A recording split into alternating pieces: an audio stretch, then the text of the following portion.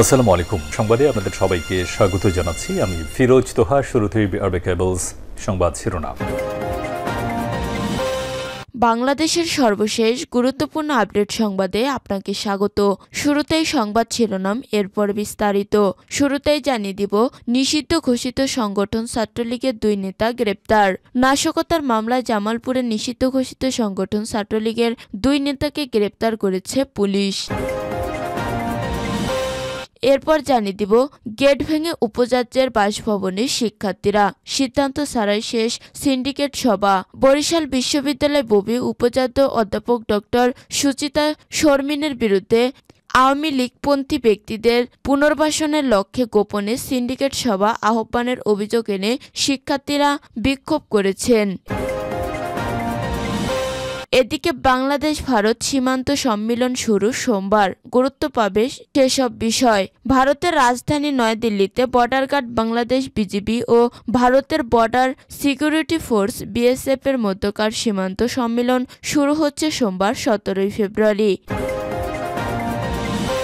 এরপর জানিয়ে দিব, বাংলাদেশে স্টারলিংক আনার বিষয়ে প্রধান উপদেষ্টার সঙ্গে ইলন মাস্কের আলোচনা। প্রধান উপদেষ্টা অধ্যাপক doctor Mohammad Yunus space x, Tesla এবং এক্স এর মালিক ইলন মাস্কের সাথে এক ভিডিও আলোচনায় ভবিষ্যৎ সহযোগিতার ক্ষেত্রে বাংলাদেশে স্টারলিংক স্যাটেলাইট ইন্টারনেট সেবা চালুর বিষয়ে আলোচনা করেছেন। এদিকে সাভারে গ্যাস সিলিন্ডার বিস্ফোরণ, শিশুসহ দগ্ধ 11। ঢাকার সাভারে গ্যাস সিলিন্ডারে বিস্ফোরণের ঘটনায় 3 শিশুসহ 11 জন দগ্ধ হয়েছেন। তাদের মধ্যে 3 জনের অবস্থা আশঙ্কাজনক বলে জানা গেছে। শুক্রবার 14 ফেব্রুয়ারি রাত 9:30টার দিকে আশুলিয়ার গোমাইল এলাকার আমজাদ ব্যাপারীর বাড়িতে এই দুর্ঘটনা ঘটে। এবং সর্বশেষ জানিয়ে দিব, ঐকমত্য কমিশনের সঙ্গে রাজনৈতিক দলের বৈঠক আজ। প্রধান উপদেষ্টা ডক্টর মোহাম্মদ ইউনূসের নেতৃত্বাধীন জাতীয় ঐকমত্য কমিশনার আজ সকল রাজনৈতিক দলের সঙ্গে বৈঠক করবেন। সরকার গঠিত 6 সংস্কার কমিশনের সুপারিশগুলো বিবেচনা ও গ্রহণের জন্য রাজনৈতিক দলগুলোর সাথে প্রথম বৈঠক অনুষ্ঠিত হবে। আজ বিকেল 3টায় রাজধানীর বেইলি রোডে অবস্থিত ফরেন সার্ভিস একাডেমিতে এই বৈঠক অনুষ্ঠিত হবে। প্রিয় দর্শক, এতক্ষণ শুনছিলেন সংবাদ শিরোনাম, এরপর বিস্তারিত। তবে তার আগে বন্ধু, জানিয়ে দিন আপনি কোন স্থান থেকে আমাদের সংবাদটি দেখছেন এবং শুনছেন। জানিয়ে দিন এই সংবাদ সম্পর্কে আপনার মূল্যবান মতামত। আর বন্ধু, আপনি যদি আমাদের চ্যানেলে নতুন হয়ে থাকেন তাহলে ভিডিওটি দেখতে দেখতে চ্যানেলটি সাবস্ক্রাইব করে রাখুন, যাতে করে আমাদের পরবর্তী সংবাদগুলো সবার আগে আপনার কাছে পৌঁছে যায়। এবারে বিস্তারিত। নিষিদ্ধ ঘোষিত সংগঠন ছাত্রলীগের 2 নেতা গ্রেপ্তার। নাশকতার মামলায় জামালপুরে নিষিদ্ধ ঘোষিত সংগঠন ছাত্রলীগের 2 নেতাকে গ্রেপ্তার করেছে পুলিশ। শুক্রবার 14 ফেব্রুয়ারি সন্ধ্যায় বিষয়টি নিশ্চিত করেছেন সরিষাবাড়ী থানার ভারপ্রাপ্ত কর্মকর্তা ওসি মোহাম্মদ চান মিয়া। গ্রেপ্তারকৃতদের সন্ত্রাস বিরোধী আইনের দায়ের করা মামলায় জেল হাজতে পাঠানো হয়েছে। এর আগে বৃহস্পতিবার 13 ফেব্রুয়ারি উপজেলার পোগলদিঘা ইউনিয়ন বয়রা বাজার ও জামালপুর শহরের ফৌজদারি এলাকা থেকে তাকে গ্রেপ্তার করা হয়। গ্রেপ্তারকৃতরা হলেন পোগলদিঘা ইউনিয়নের রুদ্র বয়রা গ্রামের সোলাইমান হোসেনের ছেলে ও উপজেলা ছাত্রলীগের সাংগঠনিক সম্পাদক রাহাত মিয়া 29 এবং একই ইউনিয়নের চকপাড়া গ্রামের তারা মিয়ার ছেলে ও সাবেক ছাত্রলীগের সদস্য হৃদয় হাসান আলম 33। পুলিশ জানায়, গ্রেপ্তারকৃতদের বিরুদ্ধে জুলাই আগস্ট আন্দোলনে শিক্ষার্থীদের উপর হামলা ও নাশকতার অভিযোগ রয়েছে। মামলার বাদী এসআই মুস্তাফিজুর রহমান জানান, গোপন সংবাদের ভিত্তিতে নিষিদ্ধ ঘোষিত ছাত্রলীগের সাংগঠনিক সম্পাদক রাহাত মিয়াকে বৃহস্পতিবার দুপুরে পোগলদিঘা ইউনিয়নের বয়রা বাজার থেকে গ্রেপ্তার করা হয়। অপরদিকে তথ্য প্রযুক্তির সহায়তায় জেলা শহরের ফৌজদারি মোড় এলাকার অভিযান চালিয়ে ছাত্রলীগের সদস্য হৃদয় হাসান আলমকে গ্রেপ্তার করা হয়। সরিষাবাড়ী থানার ভারপ্রাপ্ত কর্মকর্তা ওসি মোহাম্মদ চান মিয়া বলেন, গোপন সংবাদের ভিত্তিতে নিষিদ্ধ ঘোষিত সংগঠন ছাত্রলীগের 2 নেতাকে গ্রেপ্তার করা হয়েছে। সশস্ত্র বিরোধী আইনের মামলায় আদালতে সোপর্দ করা হয়েছে। আদালত তাদেরকে কারাগারে পাঠানোর নির্দেশ প্রদান করেছেন।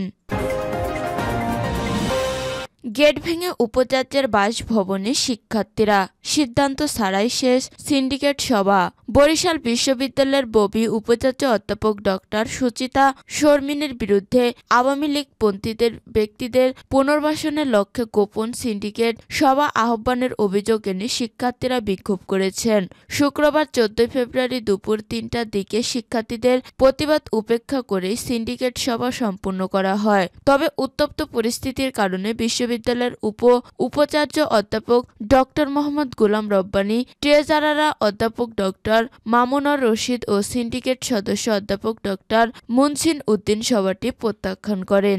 জানা যায় 6 জন সদস্য সরাসরি এবং 4 জন অনলাইনে যুক্ত হয়ে মোট 10 জন সিন্ডিকেট সদস্যদের উপস্থিতিতে সভাটি অনুষ্ঠিত হয়। তবে এত কম সংখ্যক সদস্য নিয়ে সিদ্ধান্ত গ্রহণ নৈতিকভাবে গ্রহণযোগ্য নয় বলে অভিযোগ করেছে একাধিক সিন্ডিকেট সদস্য।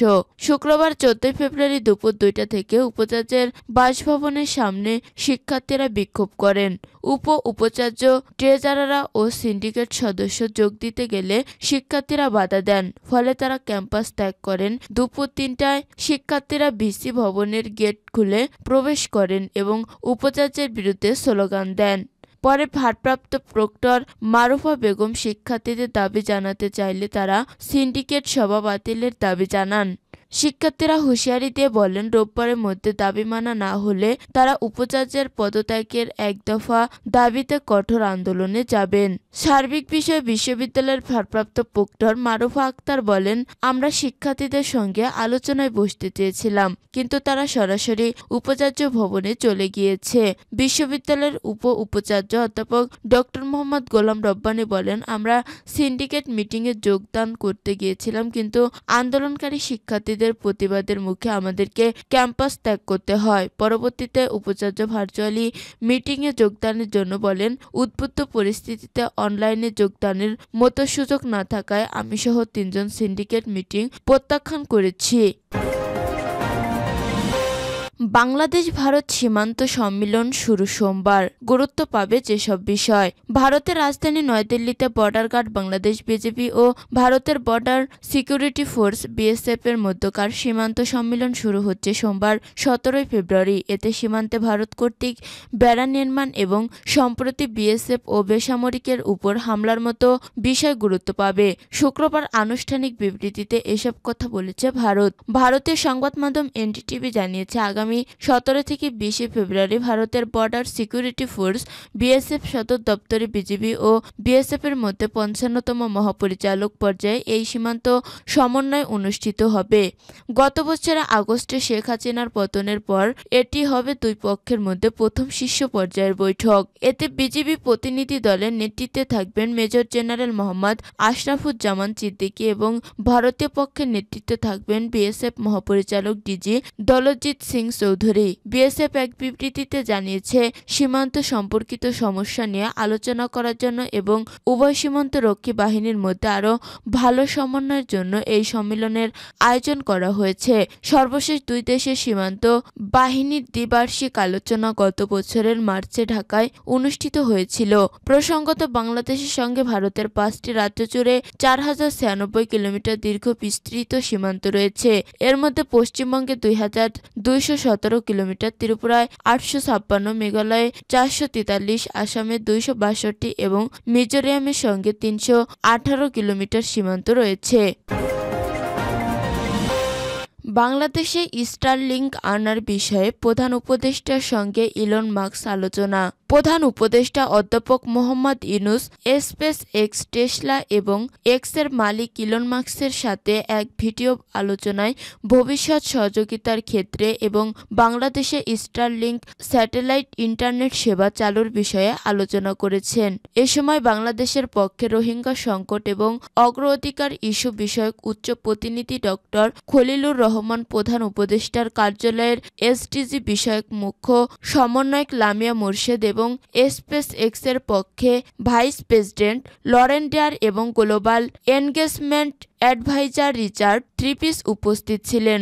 আলোচনায় অধ্যাপক ইউনূস এবং ইলন মাস্ক স্টারলিংকের স্যাটেলাইট যোগাযোগে বিশেষ করে বাংলাদেশের উদ্যোগী যুবক, গ্রামীণ ও পিছিয়ে থাকা নারী এবং প্রত্যন্ত অঞ্চলের কমিউনিটি রূপান্তরমূলক প্রভাবের উপর নজর দেন।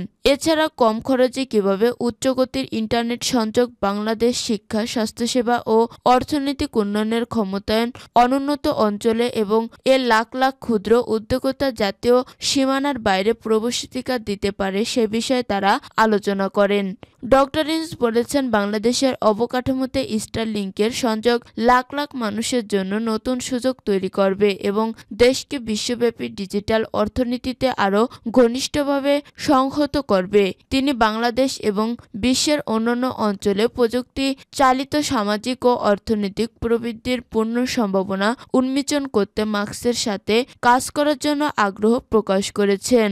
প্রধান উপদেষ্টা বলেন, স্টারলিংক এবং গ্রামীণ ব্যাংক এবং গ্রামীণ ফোনের একটি সম্প্রসারণ যা গ্রামের মানুষ ও নারী ও যুবকদের বিশ্বের সাথে সংযুক্ত করার পথ প্রদর্শক হতে পারে। তারা বিশ্ব নারী ও শিশু এবং বিশ্ব উদ্যোক্তা হয়ে উঠবে। জবাবে ইলন মাস্ক দারিদ্র্য বিমোচনে এর বৈশ্বিক প্রভাব স্বীকার করে গ্রামীণ ব্যাংকের ক্ষুদ্র ঋণ মডেলের প্রশংসা করেন। তিনি আরও বলেন, তিনি বহু বছর ধরে গ্রামীণ ব্যাংক এবং গ্রামীণ ভিলেজ ফোনের কাজের সাথে পরিচিত ছিলেন। স্টারলিংকের মতো প্রযুক্তিগত অগ্রগতিগুলোকে কাজে লাগিয়ে বাংলাদেশে উদ্ভাবন, অর্থনৈতিক ক্ষমতায়ন এবং আর্থিক অন্তর্ভুক্তিকে আরও এগিয়ে নিতে পারেন বলে নিজের আস্থা ব্যক্ত করেন।